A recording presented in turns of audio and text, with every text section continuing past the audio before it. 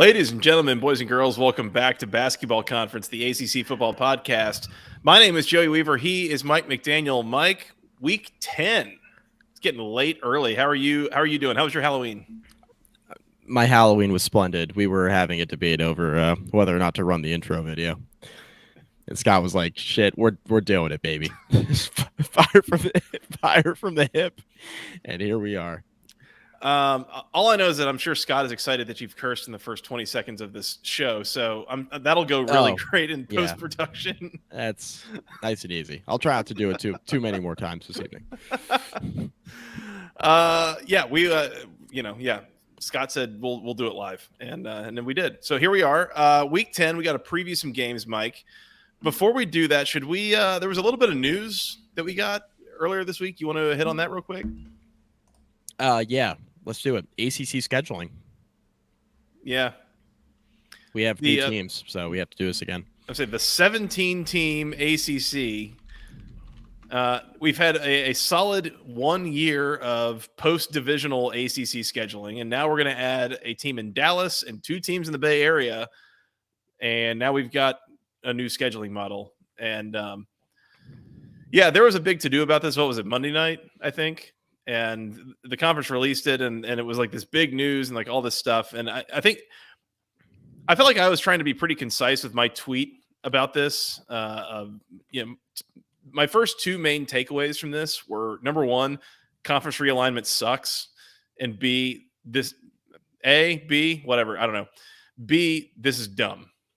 I don't know. I continue to just be really irritated and frustrated that like we're trying to work in a schedule with 17 teams, and we're killing off more rivalries, and we're sending teams from Syracuse and Winston-Salem and Miami to the Bay Area, and it just further reinforces how like dumb I find all of this, and how frustrated I am that this is where we're at with college football in general. Yeah, I mean, Cal, Stanford, SMU, ACC schools, what a time. Yeah. Yeah, I mean, you kind of hit on my thoughts with it in general. I mean, specific to Virginia Tech, which is really, to be honest with you, like I saw the graphic that showed like all the teams and their permanent, scheduling rivals, that sort of thing. I am glad that Virginia Tech will be playing both Miami and UVA on a regular basis. Like, I think the one thing that was lost with the 3-3-5 scheduling format we're at now is that the Hokies lost that permanent, scheduling game with Miami. I am happy about that. See, Caleb Fields mentioned that in the comments. Like, I'm with him, and I think a lot of Virginia Tech fans are happy about that. Cam Underwood messaged us in the group Twitter thread we have, and hey Cam, and mentioned that he's happy about it. It's just a long-time rivalry that is now going to be played every year for the foreseeable future, which is good. It's a very good thing. So I'm happy about that as a Virginia Tech alum. Outside of that, like, this whole thing's dumb. I don't really, and it's not the ACC's fault, a little bit. It's mostly ESPN's fault, I guess. It's not the ACC's fault in terms of like, this is what they had to do, like, given what's going on, like they had to adjust the schedule. Yeah. But every time I see something change with this, I'm just like, man, this whole thing, it just makes me more irritated as far as kind of the state of college football and where it's headed. And as far as like this being ACC and ESPN's fault, yeah, I mean, I'm with you there. But as far as releasing a new schedule and looking at where teams are falling when and that sort of thing, I can only get as excited about a year from now, right? As I can't get too excited about 28, 29, 30, 31. Like, okay, when are we playing Stanford? I don't really care. Like, when are we playing Cal?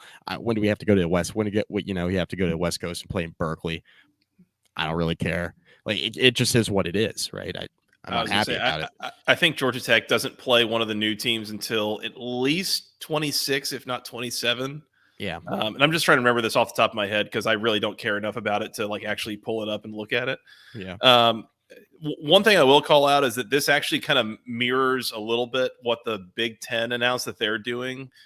And there were a lot of people that were concerned going up to the Big Ten announcement of like, there's a lot of rivalries and trophies and all this stuff within the Big Ten. That's like, how are they going to preserve this? And, how do you preserve one without the other? And the Big Ten's basically just like, well, some teams are going to have a few preserved. Some are going to have none preserved. And some will have one or two. And it's like a totally uneven scheduling model in terms of like consistent opponents year over year.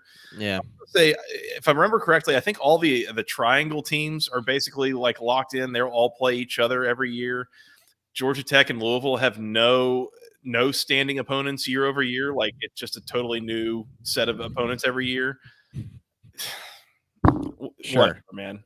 Whatever. And how did they arrive at that? I mean, how did they arrive at Georgia Tech and Louisville being the two? I mean, apparently Georgia Tech specifically said, that like we're willing to have no standing rivals, which like, again, it's great that Virginia Tech gets Miami every year, but like we've talked about in this podcast, it's kind of a bummer. Like after so many years of Georgia Tech, Virginia Tech determining the winner of the Coastal Division and like being a legitimate fun rivalry, all those Thursday night games that they would play, getting the spotlight and everything. And it was like, that all just kind of went away for this year. And now it still doesn't really come back. And yeah, it's like, I kind of understand that if Georgia Tech were to have gotten one permanent rival, it's probably Clemson, and that probably doesn't help your annual win-loss case. If you don't get Clemson, it's probably Florida State, which also doesn't really help your annual win-loss case, especially right now when they're kind of getting it rolling again. Might have helped this year getting Clemson. So yeah, you kind of understand it from like I guess from a win-loss standpoint. It doesn't hurt not having a permanent rival, but like from just the generic like college football fan standpoint. Like, what are we doing? Tom Fornelli made reference to – I was listening to Cover 3. He made reference to Arizona State maybe winning a Big 12 title with Kenny Dillingham next couple of years. I'm like, what are we doing? Well, I mean, not the prediction's fine, but like Arizona State in the Big 12. What are we doing? Yeah. This whole thing makes me crazy. I know. I hate it. It's at least as somebody who has been a college football fan and a significant college football fan. And by the way, the people we're doing this live on Wednesday night. It's November 1st. The people in the chat, if you're a big enough college football fan to be here in the chat right now, if you're listening to this after the fact, chances are very good that like none of this is really all that interesting or exciting for you. It's like this diminishes the sport. It does not enhance it. Mm-hmm.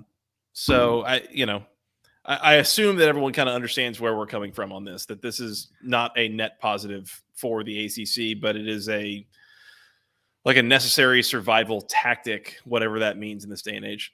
We talk about it like we're bored with this topic and we're pissed because we're bored about, with this topic and we're pissed. Yeah. If we wanted to do like what is it? The excitement, like, we could try to play this thing up and really try to generate interest and clicks and content over it and act like this is like a super cool, fun thing.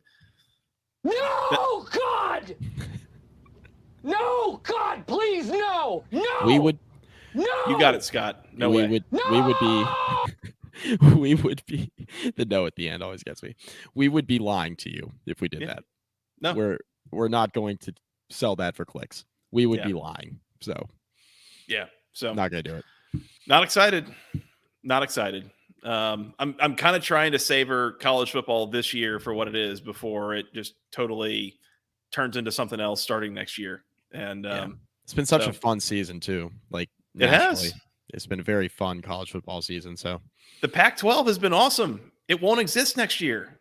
Yeah. Like, it's I'm trying to enjoy it because it has been a really fun season so far. And so yeah, trying to enjoy it. I wouldn't bet against the Pac-12 getting a team in the playoff. No. As we sit here beginning of November, I think it's more likely than not. So yeah, agree with that. With that. Mike, you want to talk about some games this weekend?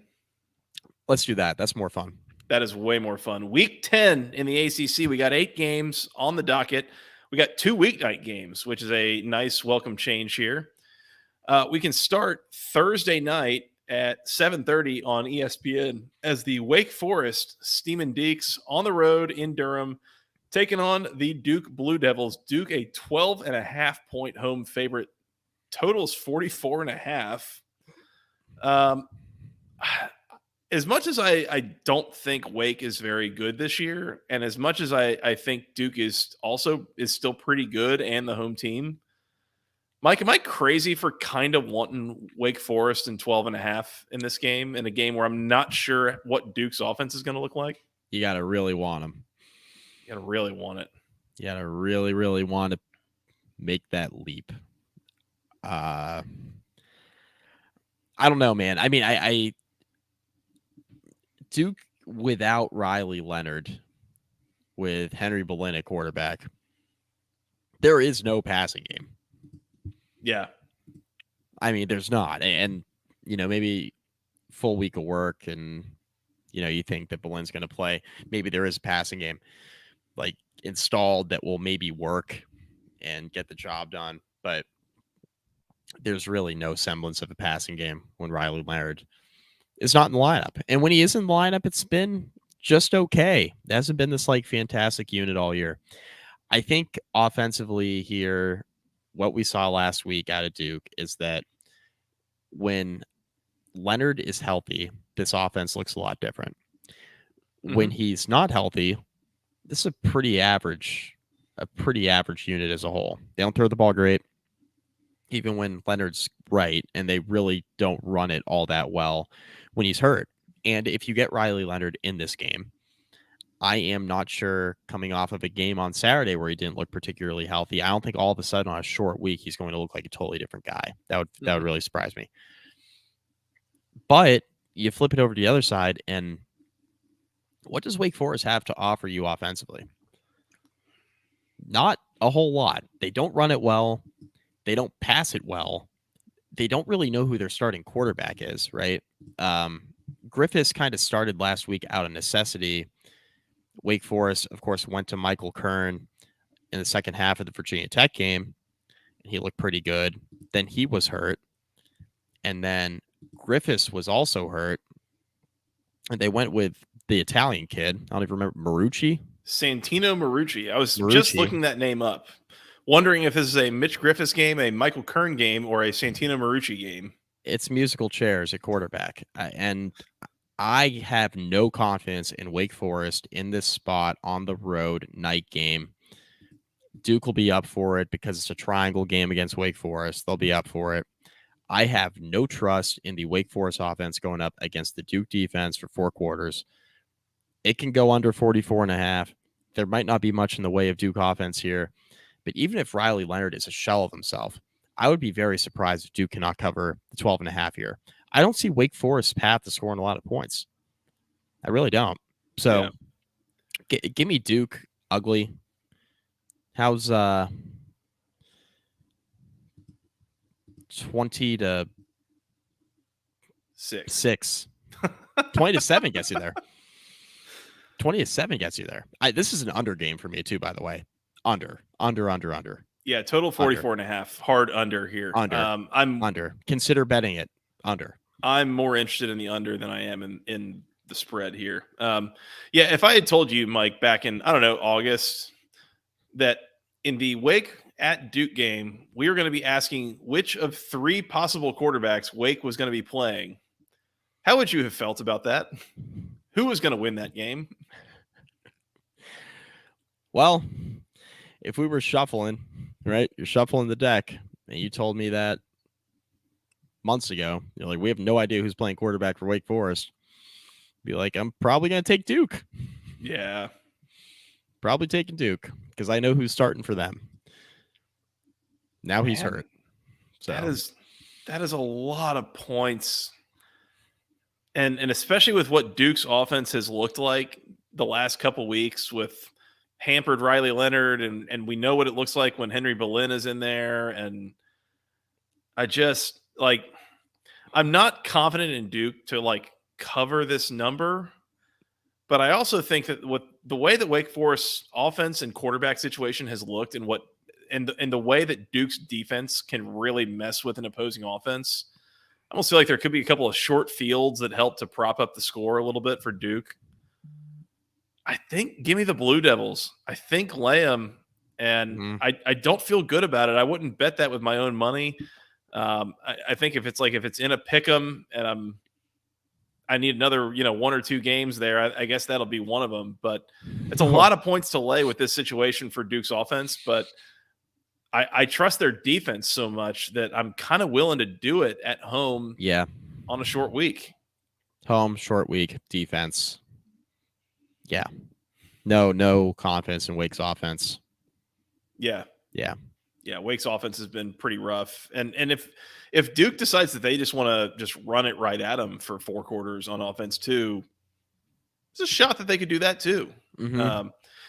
One of the things that I think we missed on the recap, I will say, is that not only was Duke missing or kind of only at like half speed Riley Leonard, there was one of their offensive linemen that they were missing. I think it was their left tackle that was out for that entire game as well. That really made things a little bit easier for Louisville's defense. I will say. So I don't know the status on if he'll be back for this game or not. But Wake's defense a little bit less daunting than Louisville's is. So I suspect that the Blue Devils are able to move the ball a little bit better. And just we should probably acknowledge the fact that Duke is almost a 14-point favorite in a game coming off of a shutout. Does that not tell us something about where Louisville is versus where Wake is as an opponent quality kind of thing? Right. So, yeah, I think Duke definitely the under. Definitely the under. This number might be like 10 points too high from a total standpoint. I don't know they'll get anywhere close to that. Yeah, I'm probably betting the under. I am not going to walk it up for purposes of this podcast. Well, I might come back to that. That's an option. Yeah, let's move on for now. Yeah. There's one in particular I'm very interested in. You'll never guess. It could be any of them. Could be. Duke in the under for the both of us. Let's move on to Friday night. This is also at 7:30. It is on ESPN2, where the Boston College Eagles are on the road in the Carrier Dome, taking on the Syracuse Orange. Producer Scott, please confirm that I am seeing this line right, that Syracuse is favored in this game by 2.5 points. I completely believe that the total is 50.5. Scott, is Syracuse actually favored here? I just did the lines and the banners before we started the podcast. I will double check to make sure I didn't make a mistake. Yes, Syracuse minus 2.5. Gross. No, thank you, everybody. No thanks. What? Why? Okay. Does somebody know something here, Mike? Because this makes not the least bit of sense to me. I would have said Boston College by 3 here or something like that. This line is stinky as hell to me. Is Castellanos not playing? Ooh, that's a good question. That is a great question. I mean, he came back into the game last week. Pete Thamel's probably tweeted about it 14 times. He loves tweeting about Boston College. No. He does that on Saturday mornings after the Tuesday morning coach press conference. Sources say. Source for the coach 5 days ago. Yeah. I'm not seeing anything specifically saying that Castellanos isn't playing. That's the only way that this makes sense to me, is if this game is going to have some more head to it. That's the best I've got. I think what you meant to say was more dome. This is in the JMA Wireless Dome. That's right, in the dome. That's right. More there dome. More dome in the dome. Scott, more dome in the dome. You sick bastard. More dome in the dome. Yeah. I don't. Please. Dude, this line is stinky as anything. And we talked about, again, maybe I'm putting too much into this Syracuse Virginia Tech game, but Syracuse coming off the bye, we knew that they were down pretty bad off those 3 losses in a row, but we knew this in August that was going to be a brutal stretch. They come off the bye. They're a 3-point dog at Virginia Tech. Mm-hmm. And they turn around and just get blown out. And there was some quit factor there. They lose by 4 scores, and it probably wasn't even that close. And to turn around and be at home as a favorite, like and with Boston College, what they've done in recent weeks,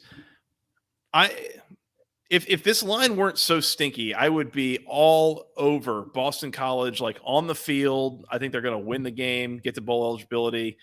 Syracuse quitting, like all this stuff. Like, is Virginia Tech that good, Mike? Are they so good that they should have won that game by 4 scores? That particular game, yes, but 9 times out of 10, no. I was looking at like the net success rate numbers, and yes, Virginia Tech did have as much success as they looked like they had. They probably should have won the game by more, actually. Yeah. But 9 times out of 10, the answer is no. The answer is no. So, can you make any sense of this, or head or tails, Mike? Why is this number what it is? I'll try to help you guys out. Syracuse, lock it up. Oh, you better lock it up. You better lock it up. No, you lock it up. You lock it up. Lock it up. Lock it up. Please. Let's just lean into it. I think this is an overreaction. First of all, this game's disgusting to bet, so I just want to get that out of the way. Weeknight JMA Wireless Dome, but Syracuse Boston College action. But I will let you know that I am not locking this game up to not bet it on Friday night. I am all over this thing. Yeah, we're locking up Syracuse.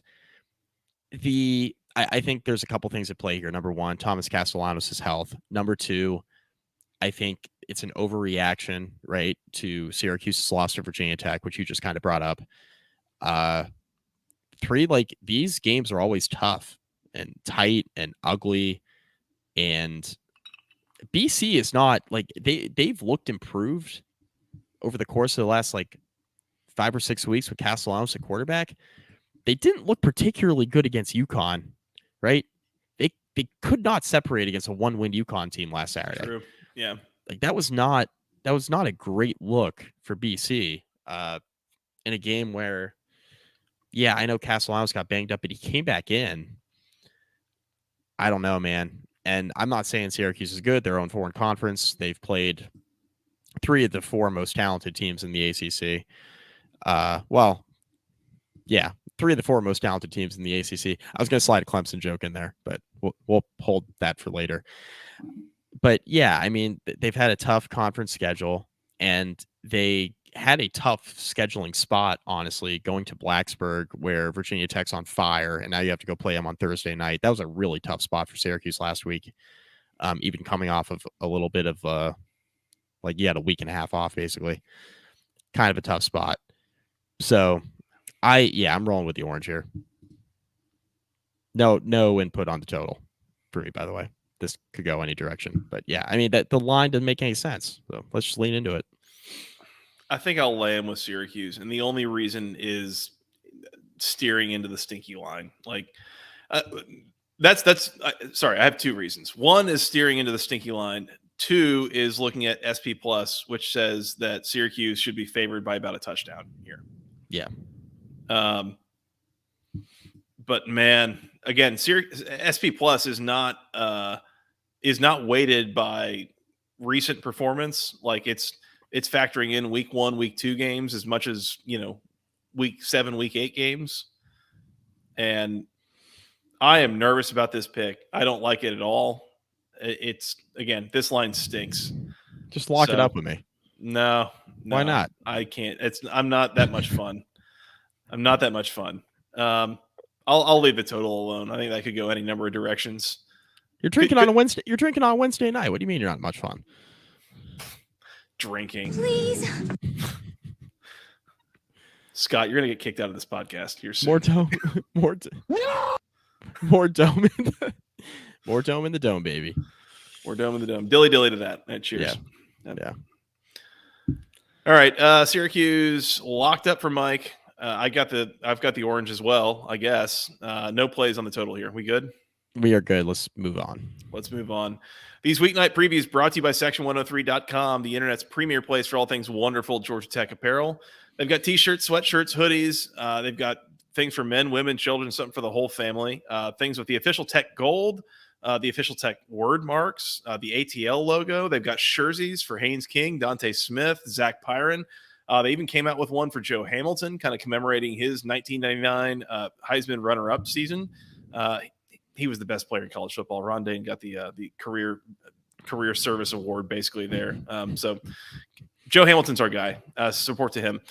Go to section103.com. Use promo code GOACC for 10% off your first order there. We really appreciate their support for this podcast, your support for them. They've got stickers. They've got all sorts of cool things there. If you're trying to show your support for Georgia Tech, go to section103.com. And by the way, as the weather starts to get cooler here, you're looking to represent your team, I cannot recommend enough the Coach hoodie, the gray Coach hoodie. They've got a short sleeve version if you want to look like Brent Key. They've got a longer sleeve version if you're a normal person. You get kind of chilly when the weather gets cold outside. Go get one of those. It is so soft. It is so comfortable. Keeps you warm. Looks great. Keeps your support of Georgia Tech going. Great to wear to the game. Great to wear out, when you go grocery shopping or do whatever else you do. Highly, highly recommend that hoodie. I am not wearing it right now because it is in my laundry because I was already wearing it this week. So again, I've made very, very good use of that hoodie. Highly recommended if you get your hands on one. Once again, use promo code GOACC at section103.com to get 10% off your first order. Shout out to Steven and the gang. Really, really appreciate their support. I am wearing my Section 103 Georgia Tech shirt right now. Attaboy. So just want Bobby Dodd Stadium, your happy place. It is. I haven't worn that shirt in a little while, though. Is Hyundai Field your happy place?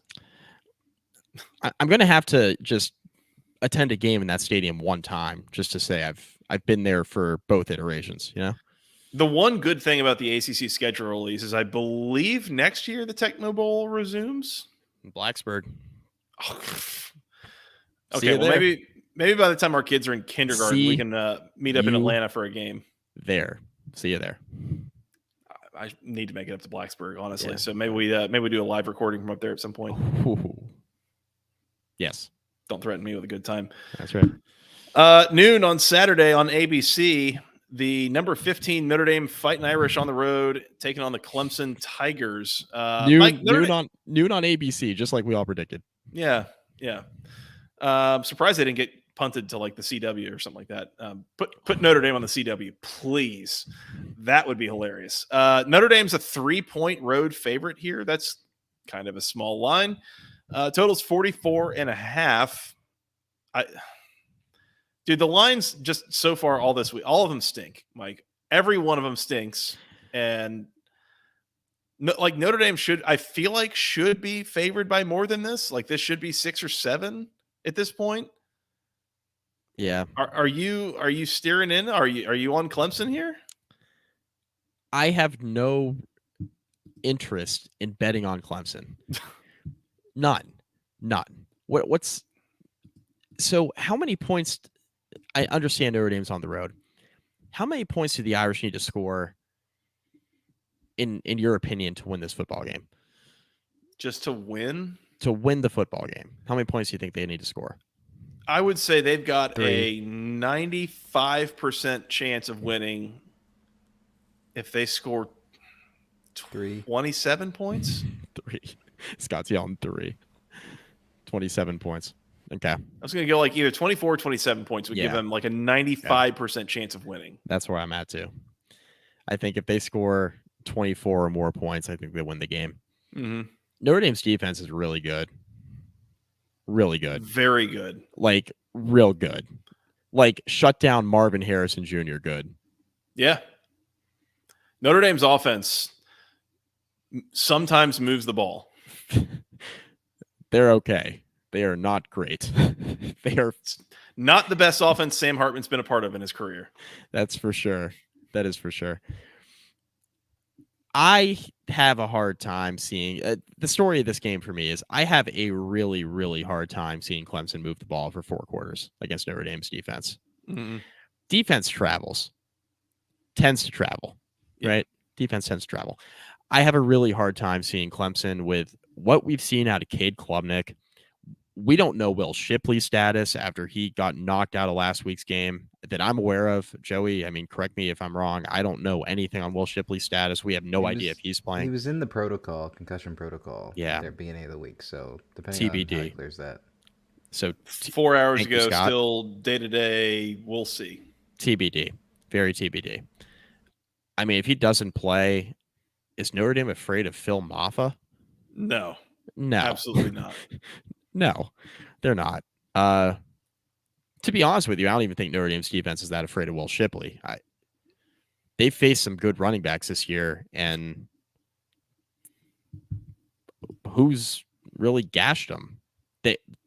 Louisville had some success in the second half running the ball, right, with Jawar Jordan, I guess. But that's a game that kind of spiraled quickly. Man, I am just not. I don't really have a whole rash of reasons to pick Clemson here. I think you're right. Oh, right? I think you're on the right side. Weird line. I'll take Notre Dame as a road favorite, I think. And I think if nothing else, it does feel like Notre Dame's defense versus Clemson's offense is a mismatch. And it's kind of the same thing of this Duke defense versus Wake's offense. Am I really confident in Notre Dame's offense to move the ball on Clemson's defense? Not really, but do I think that Notre Dame's defense can create some short fields and, possibly even set up or generate a touchdown of its own? Yeah, I think so. And for a small spread like this, the way Clemson's been playing, some of the stuff I saw Cade Klubnik do last week, man, I agree with our guy Hari Balls. Clemson's a dumpster fire, man. He's back. It's a little bit of dumpster fire situation, and I bring that up specifically because I want to agree with that comment, not because I just want to bring up the commenter's name. Right. I think dumpster fire is appropriate to mention here. No, it's not actually, but I can't trust Cade Klubnik in that offense, especially. I don't even know how likely it is that Will Shipley plays. Again, that was a nasty hit. Did you see that hit that he took? It was ugly. I was worried about neck stuff, spinal stuff. It was not good. And he was down for a while. And hard to see him playing to his full potential this week. And if he doesn't, the rest of the Clemson offense, I don't think they're moving the ball on Notre Dame. So I think Notre Dame and the under here for me. I think it's under either way, but Notre Dame and the under. Yeah, the one other thing I want to bring up, and you're mentioning, do you have a ton of confidence in Notre Dame moving the ball on Clemson? Not really.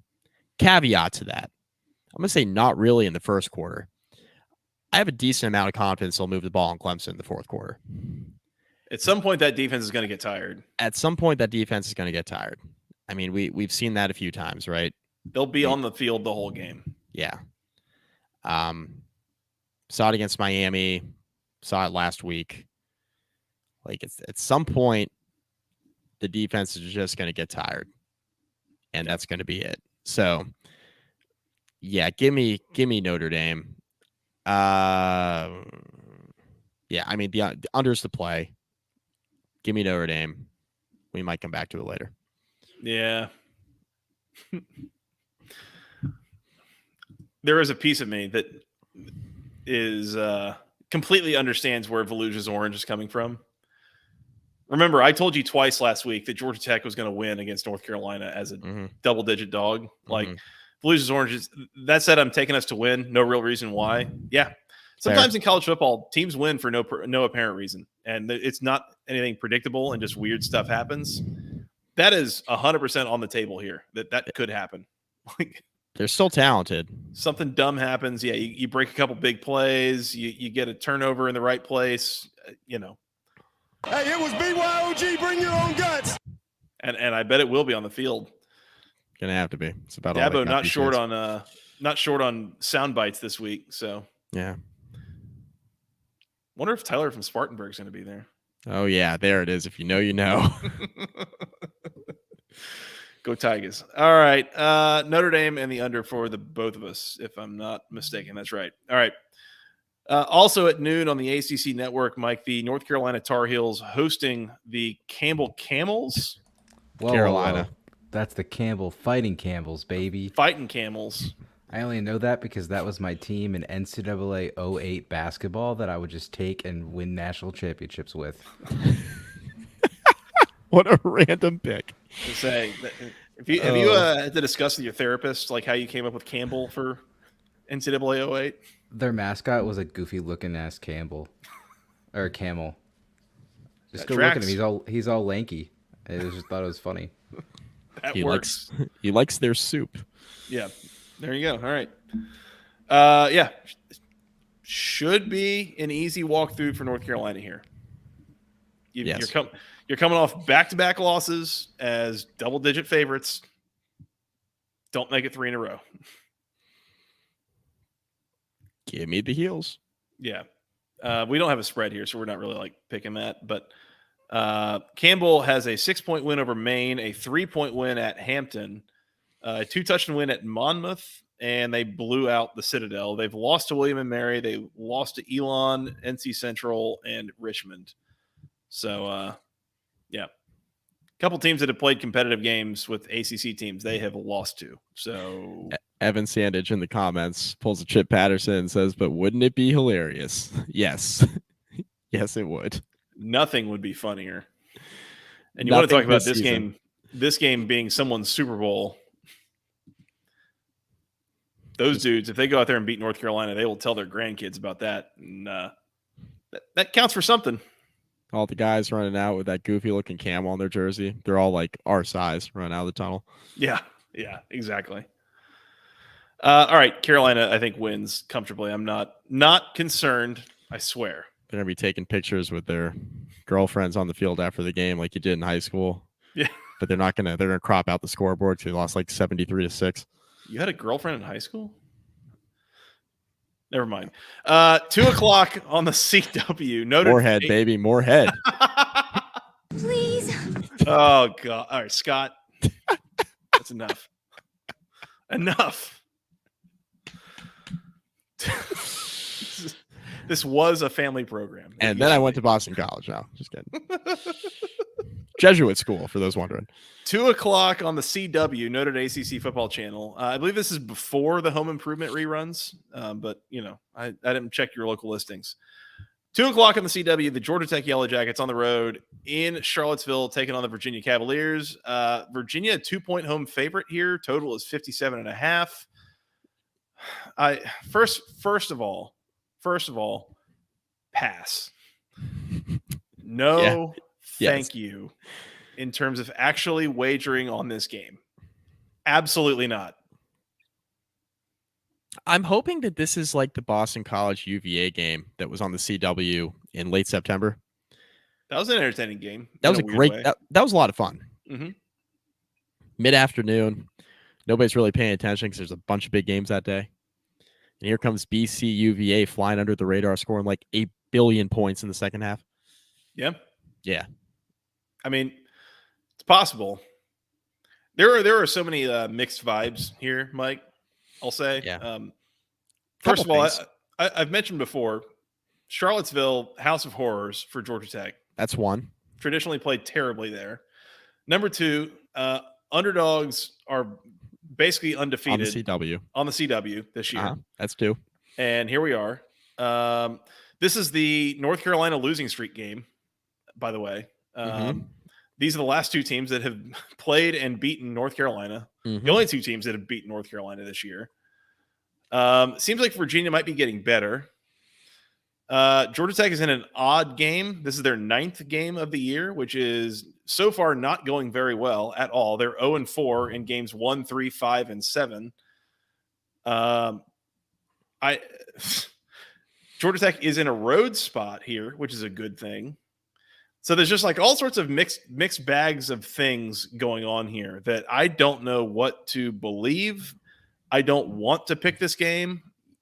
If you put a gun to my head and said, place your own hard-earned money on this game, I would say pull the trigger. No, thank you. I no. Yeah. Do you have a read on this at all, Mike? No. I know people come here for like our opinions on this stuff, but no, I don't. I think the wrong team is probably favored, but I also think that UVA has been getting better the last couple of weeks. And everything you just said, Georgia Tech has trouble in Charlottesville, but then also there's the underdog on the CW factor, which is just definitely a stat to note because that's turning into a thing for some reason. Mm-hmm. But yeah, I think I'm just going to lay him with UVA. I think so too. I'm not being a hater. I just think the wrong team's favored. I'm just going to lean into the line. So call it an emotional hedge or whatever, but I think I'm with you. I think just lay him with Virginia, and this feels a little bit like Vegas throwing their hands up saying, who the hell knows? Mhm. And I go back to that Bill Connolly tweet that I mentioned in the recap that we did for week 9. It's like Georgia Tech has wildly over and underperformed in every game they've been in for a month now. Like, who knows? Aren't they also alternating wins and losses? Yeah. So yeah, Yes. This is the loss week. Yeah, give me UVA. Yeah, so far this year in 8 games, Georgia Tech has lost one, lost one, lost one, lost one. Like, I don't know. Sure, why not? Like, do you win and start reading your press clippings and then lose and start reading your press clippings? I don't know. I don't know. This is the type of game. This is the type of game that Brent Key loses. It is, unfortunately.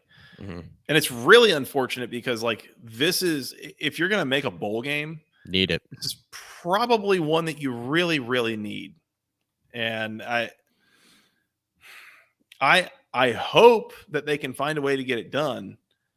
But I just don't know. Some of the stuff I saw against North Carolina, like, does that get exploited? Like some of the defensive stuff, getting the calls in and getting lined up, just basic stuff like that. Virginia's offense seems like they're kind of putting it together a little bit. You know, they're running the ball pretty well, I feel like, and Tony Muskett's settling in a little bit. Like Mike Hollins having a nice little year. Yeah, he is. He's not really racking up big yards, but he's doing really well in short yardage situations, and he just scores a million touchdowns. Yeah, he's punching it in. He's 12 carries for 3 touchdowns on most every game, it feels like. Yeah. So yeah, Virginia in a weird way, Virginia is looking a little bit more consistent right now than Georgia Tech is. And so, yeah, for that reason, if only that reason, I guess just lay them with Virginia. Yep. Feels weird. Does feel weird. Total's 57.5. I would probably pass. I guess, again, gun to my head, I'd probably take the over. I'm leaning over here. Yeah, I'd lean over, but I'm going to pass on as well.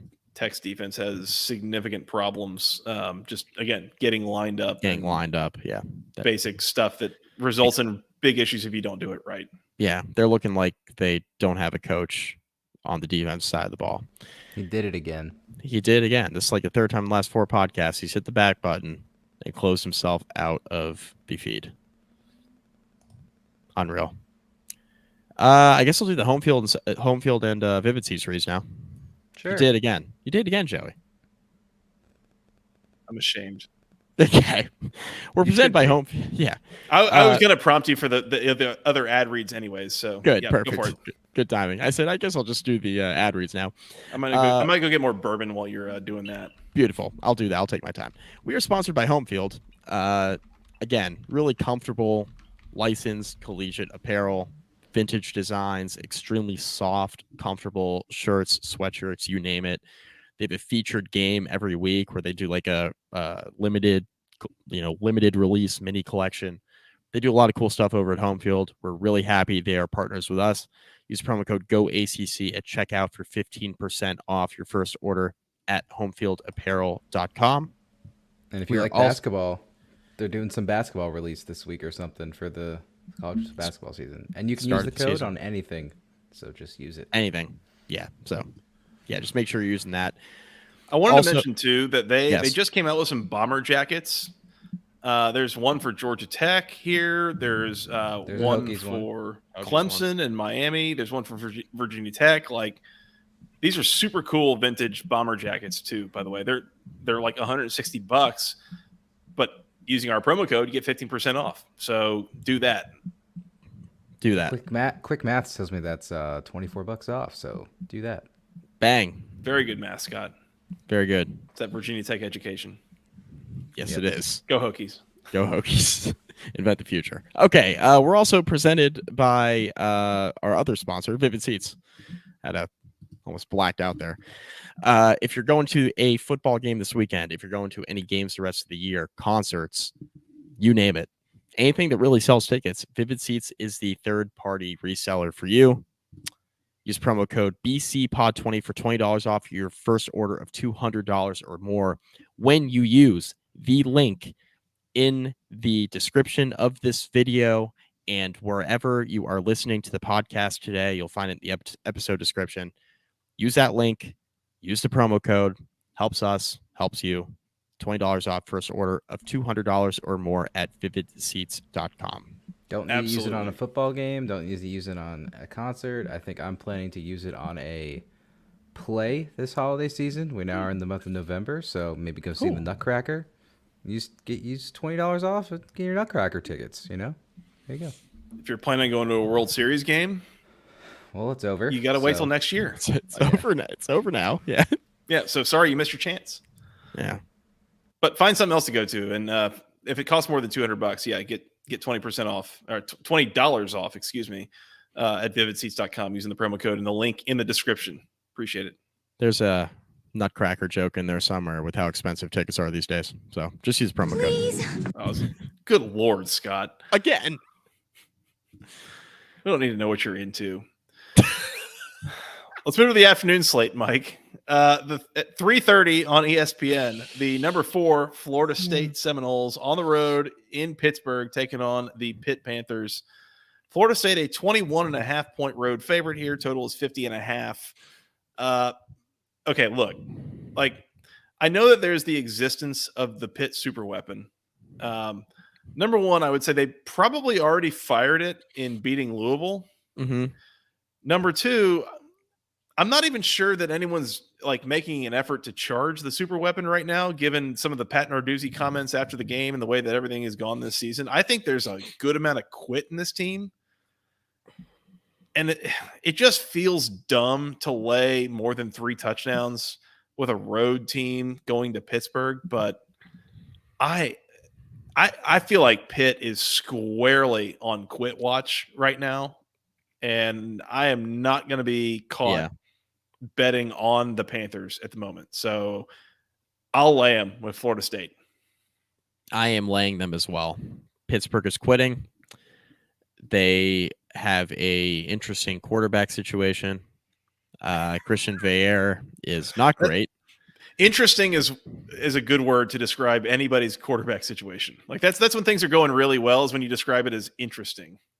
It's slightly better than Wake Forest's, but it's not ideal. Yeah, not great. They're having some issues at quarterback. Christian Veilleux, find the R. Find the R. Still looking for it. If you focus really closely, you still won't find it. Backup quarterback is a tight end. That's true. Man, what's the incentive for Florida State here to just come out and be focused? What's the incentive? Not much, because even looking at next week, they have. I'm searching too. What is it? It's next week's Miami, so that's the look ahead spot. So that's not ideal from cover 3 touchdowns in the hook standpoint. Yeah. I mean, I won't be betting this on Saturday, so just keep that in mind. I'm not going to be betting it for purposes of the podcast. So even with a look ahead spot, I don't see it with Pittsburgh. No, yeah, I don't either. You have to be doing something well in order for me to take you to cover 3 scores, and Pitt doesn't do a whole lot of anything well. Yeah, not really, especially on offense. If Florida State's defense is halfway there, I mean, Pitt isn't getting more than 10 points in this game. Yeah. Lay him with Florida State, I think. And I could see this being, 38-10, something like that. Yeah. Again, clear look ahead spot for Florida State. No incentive to run it up here. Like just get to a comfortable lead and get to the end of the game. So it's a number like this, I would not bet with my own money, but I feel comfortable laying the number given, again, the quit watch factor on Pittsburgh. Like they haven't been good, and I think it's about to get worse. And so sure, I guess lay it for the purposes of the podcast or for like your pick 'em. SP Plus, without being able to, SP Plus, an advanced analytics system, does not really have a quit watch factor in it. So it has Florida State by 19 for what that's worth. Yeah. So, yeah, I don't know. Knowles, I guess. Knowles, it's going to be right near the number, though. I don't think this is going to be like what Notre Dame did to Pittsburgh last weekend. I don't think it's going to be anything like that. I think it'll be like 35-10 or something like that. I would not be betting the full game total, by the way. If you feel strongly about how this is going to go, I would bet one of the team totals. I would be betting either. I'm guessing. So the implied score here is going to be, oh gosh, what, like, yeah, 38-10 would put you pretty close, like 41-13 ish. Not even really. 41-10. Yeah, 41-10. Yeah, it's about right. If anything, maybe Florida State team total under. Like, do I think that they call them off and just they come up short of 41 points? Yeah, maybe. But I would not be betting the total in this game at all. I'm off the total. So Florida State and stay away on the total for me. For purposes of the podcast. Yep. All right. Well, there you got it. Florida State for the both of us. And no thanks on the total. 3:30 also on the ACC network. Also at 3:30 on the ACC network. It's a different TV channel than Florida State Pittsburgh can be found on. Right. The Virginia Tech Hokies on the road in Louisville taking on the number 13 Cardinals. Louisville, a 9.5 point home favorite. Total is 48.5. Yeah. Like, this spread is coming down. This opened at, what was it, like 12 or something? It opened at 12. Are you surprised this number coming down that far across 10 already? I'm surprised it opened at 12.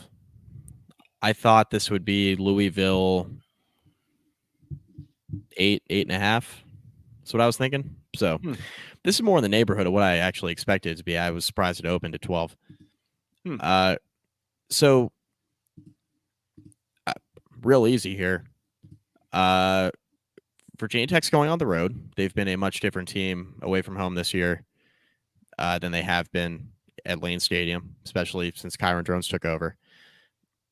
Virginia Tech also, like, the last running back they faced like this, and Jawar Jordan, assuming he's a full go and healthy, which, I mean, he looked good last week. Assuming that he plays, which we're all anticipating, the last running back they faced in a winnable game, because you can't even really count the Florida State game as a winnable game. Trey Benson. Yeah. Right? So in a winnable game was what? Marshall? I was going to say. Or Rutgers? I mean, two decent running back rooms there. Rasheen Ali went 27 carries for 174 and 2 scores. Like, yeah. So, yeah, I mean, on one hand, you could be like, all right, yeah, Virginia Tech's rushing defense is really starting to figure it out. And then you look at the teams they've played. They've played Pittsburgh, they've played Wake Forest, they've played Syracuse.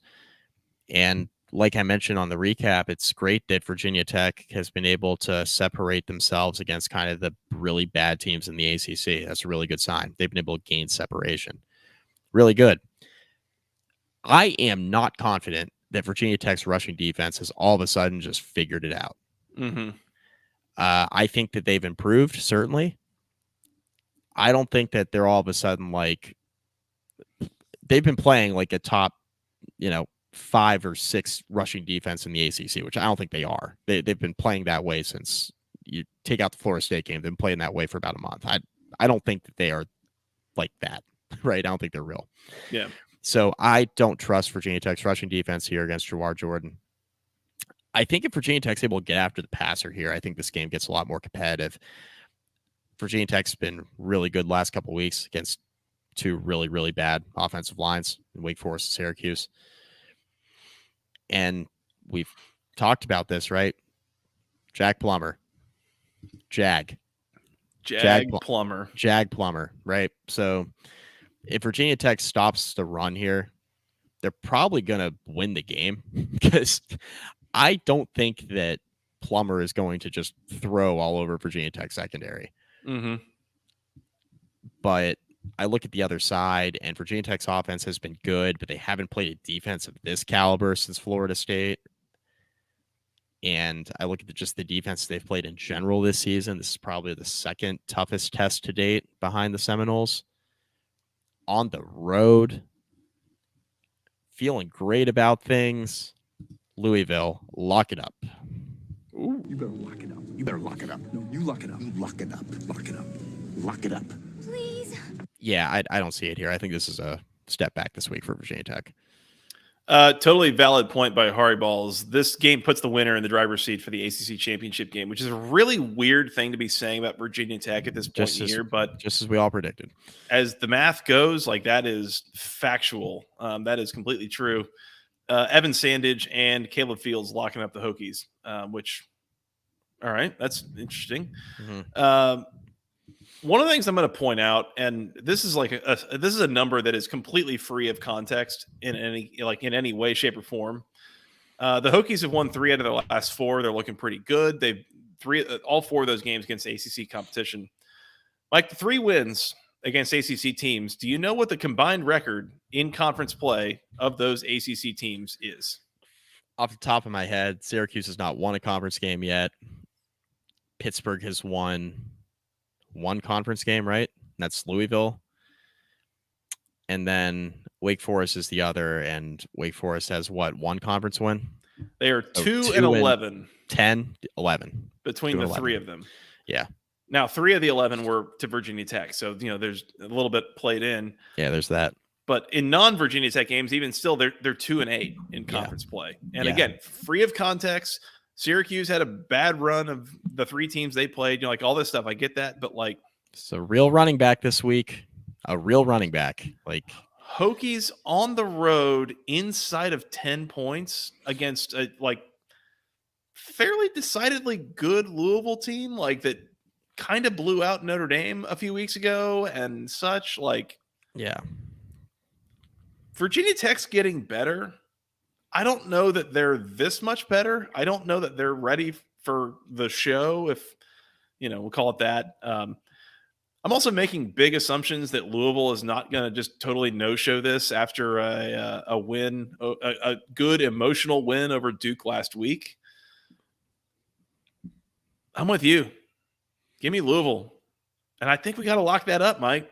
Lock up the Cardinals. You better lock it up. No, you lock it up. You lock it up. Lock it up. Lock it up. Please. Getting it inside of 10 points. Jeff Brom's got that team playing really well. The defense, as we talked about on the recap, playing very well. I will say something that I don't know that we've really touched on much in this show is the switch to Kyron Drones, I think, has really changed the outlook of this season for Virginia Tech. But yeah, I don't know that really makes a huge difference in this game. Yeah. I think as long as you avoid a letdown from a supposedly emotional win over Duke last week, I think Louisville can roll in this game. Yeah. This Louisville team is capital G good. Virginia Tech's going to have Louisville's full attention with how the Hokies have been playing coming in. Mm-hmm. This is a tough spot for Virginia Tech. The fans. I just see social media. Fans are real in on Virginia Tech. They should be. I think the Hokies can make a bowl game. Season's really turned around. A lot of year 2 of a rebuild. A lot of good things going on right in October, and a lot of reason for optimism. Louisville is really good. They're good. Beginning of the year, I was thinking, they might just be a product of an easy schedule. Roster's real good, guys. Brom is a good coach. He will have them ready. They're at home. Virginia Tech's just been a different team away from home this year too. Like, can't underestimate that. Kyron Drone's on the road. Like he's gone to Tallahassee and he played fine, but this is a really tough spot here for Virginia Tech, man. I don't see it. So Yeah. don't see it. I do want to respond to one thing we got in the comments here from Hokie Nation Talk Show.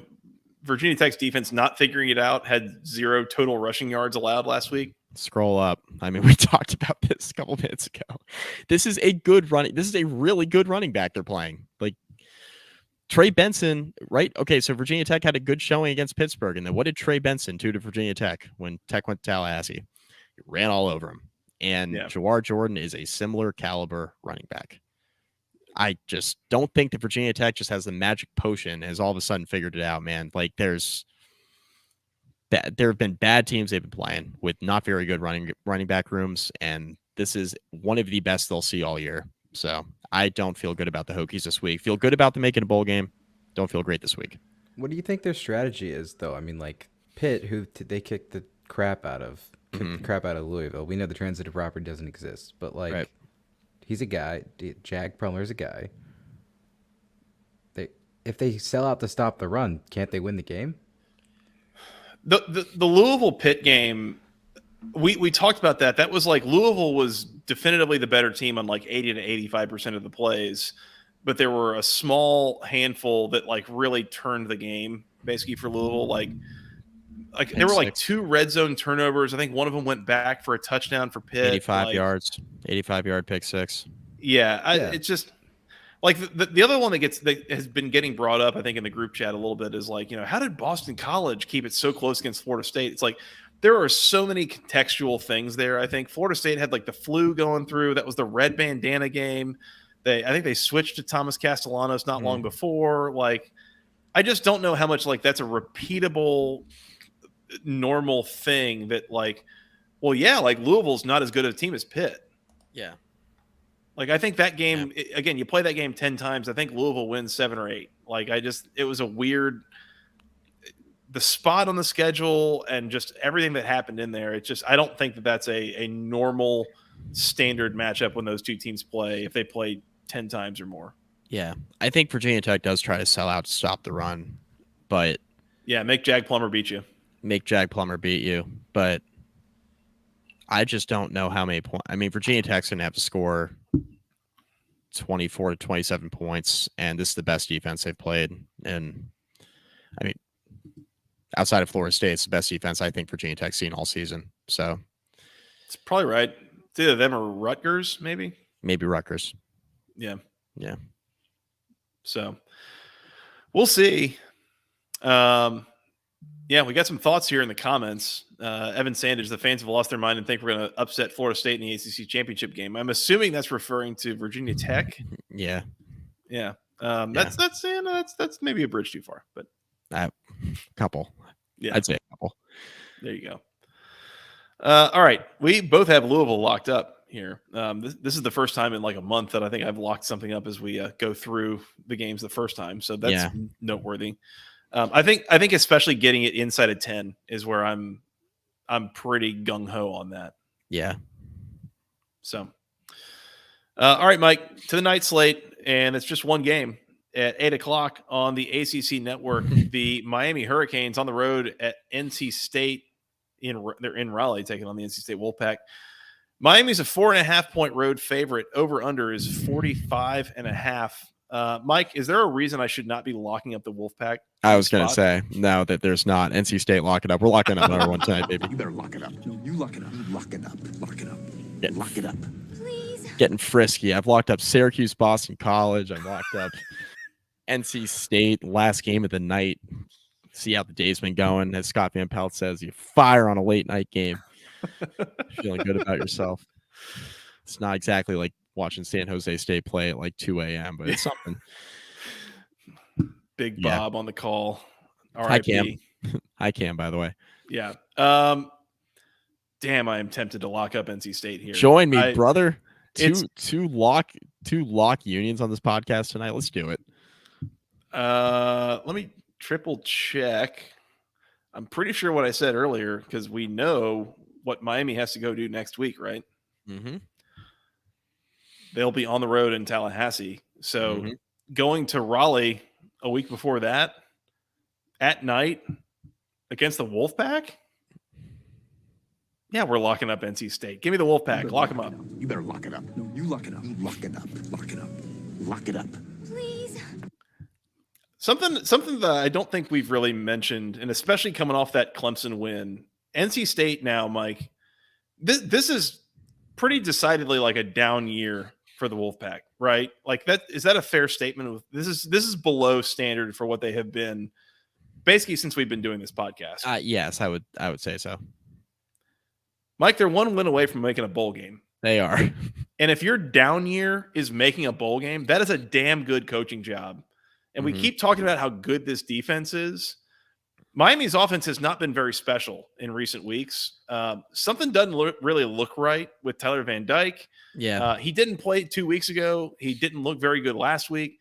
Didn't look great the week before that, taking a bunch of shots against North Carolina. Yeah. He's got 7 turnovers in his last 3 ACC starts.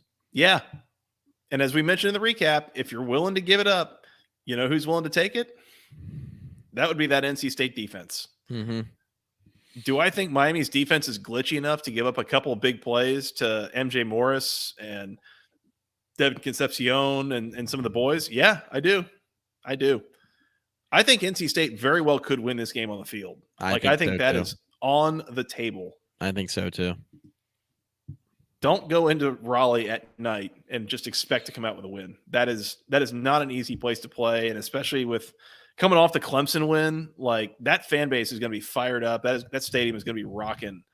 If Miami goes down 7-0, 10-0 early, that thing might be over quickly. I don't know. This is a fun live betting game too. Mm-hmm. This has got really fun live bet potential. Yeah, if you're into that sort of thing. Yep. This is a classic college football like context betting spot. Like objectively, who's the better team? Miami. Probably Miami. Miami, I would say. Yeah. But this more spot, balanced.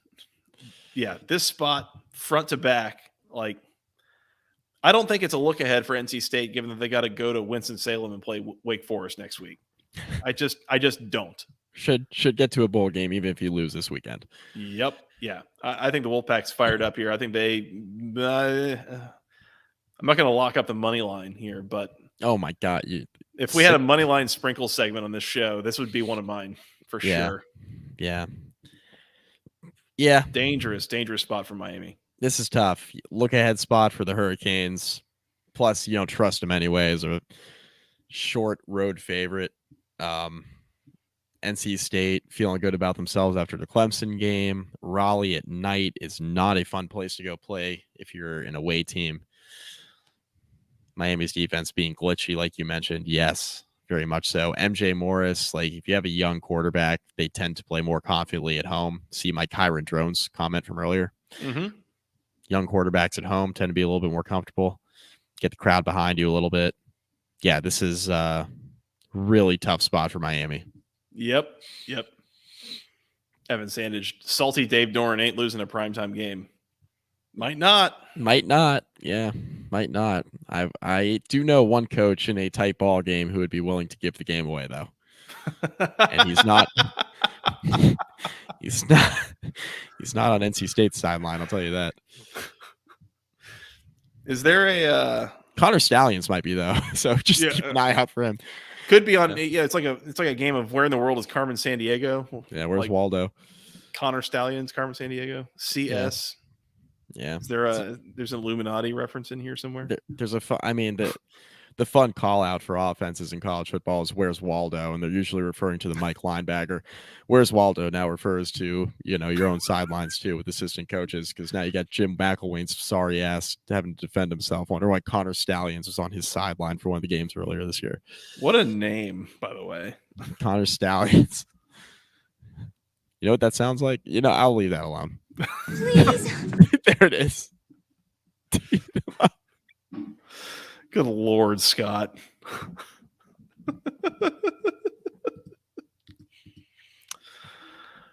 I think that concludes my analysis of this game, Mike. That was the me to Scott on that one. That was the Wade to LeBron, the iconic picture. That was an alley oop for him. Just throwing alley oop up. Yeah. Whew. All right. I think that's all I got there. It's gonna be fun to listen back to. Yeah. Yeah, no kidding. Should we recap the Bowling Green win, by the way, who the Falcons probably going bowling at this point? Yeah, Scott Loeffler is just going to keep being the coach at Bowling Green, I guess. Congrats, Scott. It's a big honor. Big honor. Did they miss a field goal? They chose not to kick one at the end that would have gotten them cover. They elected not to kick one, from what I understand. I did not watch this. So yeah, I didn't watch it either. Wednesday night in action. Heard people were mad about it because Bowling Green is a 4.5 point favorite, and they were up by 3, and yeah, I guess elected not to kick a field goal late in the game. Turns it over into a turnover on downs instead at the Ball State 26-yard line. So yeah, Tom Fornelli said something along the lines of, "Well, Bowling Green, he could just simply kick the field goal," because his Twitter tip of the day was Bowling Green, I think minus 4.5, minus 5.5. If you put your betting faith in Scott Loeffler, you get what you get, Mike. You get what you get. You don't get to be mad about it. Evan Sanders, Scott Loeffler continues to fall upward. Northwestern and Michigan State are both looking for head coaches. That would be fun. Boy, oh boy. That would be the perfect outcome of this season. Imagine Scott Loeffler coaching against like Ryan Day.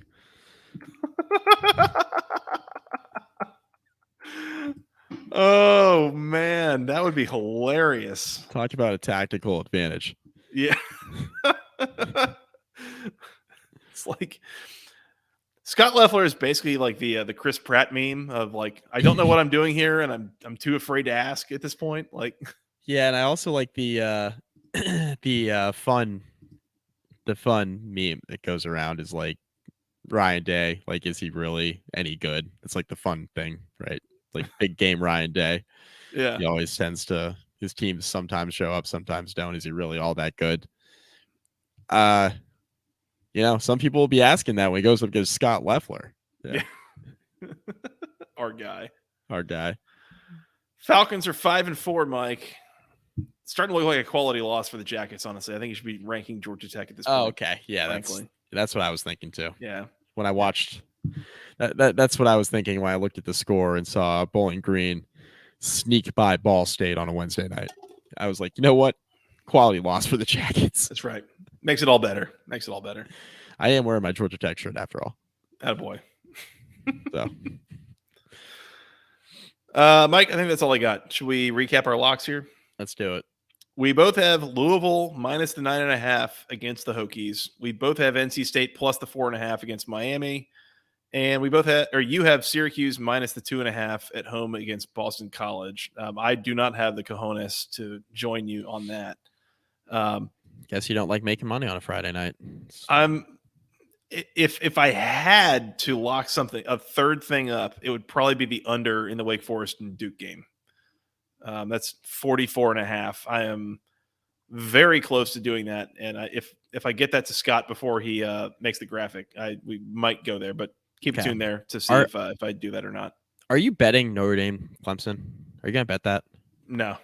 Okay. Too much variance. That could go in a lot of ways. So just wondering. I just, it's like, as much as Clemson has been kind of incompetent on offense, like there's always the chance they could put it together. Like how else do I explain the near miss against Florida State earlier this year? Like that's one of the things I keep going back to is like, I don't think they're bad if they could pull that off. It's, I don't know, hard to make a lot of sense of. So no, I'm just going to pass on that game. Fair enough. Mike, you want to work on getting out of here? Yeah, let's do it. First off, really appreciate the folks in the chat who joined us. This has been a lot of fun. Again, doing a live preview. If you wanted to join in the chat for a future recording, we're probably going to do Saturday Night Fever. I think that's on the table this week, right? Yeah. It is. Yep. Yeah. I'll be around. Saturday Night Fever, tune in. That'll be roughly midnight Eastern. Come join us. YouTube.com/@the-ACC Football Podcast. Join in the chat. Join in the discussion as we go. We got some great community going here. We got a little bit of banter going back and forth. So that's been a lot of fun. Appreciate the folks that come out and join us and join in the fun discussions. Once again, youtube.com/@the-ACC Football Podcast. Hit the subscribe button, hit the bell icon. Make sure you're notified when we are going to go live. You can find us on Twitter @FTRSJoey, @Mike McDaniel SI, together @BCPodcastACC. You can find us on iTunes, on Spotify, any of those good places you go find audio version of your podcast, if that's your preferred method of listening. Appreciate the folks who do that.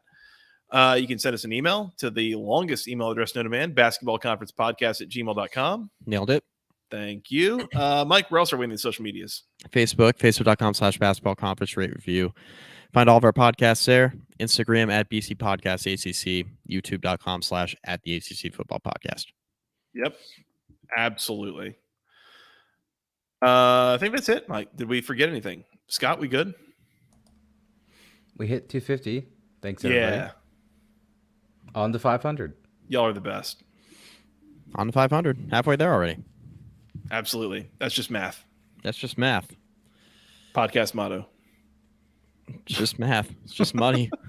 It's our other podcast motto. It's just money. That's right. That's right. I think that's all I got, guys. Anything else? We're good. You want to come back and recap some games? Yeah, let's do it. Saturday Night Fever. Do it right for the first time in like a month. Do it right, baby. Do it right. Let's do it. All right. Until then, for Mr. Mike McDaniel, for producer Scott, I am Joey Weaver. Thank you, guys. So much for listening. And the claw. And the claw. The claw. Yeah, why not? Yeah. Thanks to the claw, too. Claw fence, baby. We'll see if there's any of that this week. I am Joey Weaver. Thank you guys so much for listening. We'll talk to you again soon. And until then, go ACC.